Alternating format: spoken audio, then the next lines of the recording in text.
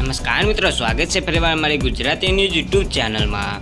મિત્રો, હાલ યુપીના મેનુસુર ગામમાં એક પતિ અને તેની પત્ની મોબાઈલ લઈ લીધો હતો અને તેના કારણે ગુસ્સે થઈને પત્નીએ પતિને બેભાન કરી દીધો અને તેને ઇલેક્ટ્રિક શોક આપ્યો હતો। ત્યારબાદ તેને ક્રિકેટના બેટથી તેના માથા પર અનેકવાર માર્યા હતા। હાલમાં ઘાયલ પતિની ફરિયાદના આધારે પોલીસે પત્ની વિરુદ્ધ ગુની ઉમાલની એફઆઈઆર નોંધી છે। જી હા મિત્રો, અને વધુ તપાસ હાથ ધરી હતી। મિત્રો, આગળની તરફ તમને જણાવી દઈએ તો પ્રદીપે આરોપ લગાવે છે કે 18 મેની રાત્રે તેની પત્ની બેબી ખોરાક લઈ નશીલો પદાર્થ ખવડાવીને બેભાન કરી દીધો હતો અને પછી પ્લગ વાયરે સાથે જોડીને તેને ઇલેક્ટ્રિક શોક આપ્યો હતો। આરોપ છે કે તેના પુત્ર પ્રદીપ અંશે બચાવવાનો પ્રયાસ કર્યો હતો ત્યારે બેબીએ તેના પર હુમલો કર્યો હતો। પ્રદીપે કહે કે બેબી અને તેના પુત્ર અંશને માતા સિવાય દેવીને પણ મારી શકે છે।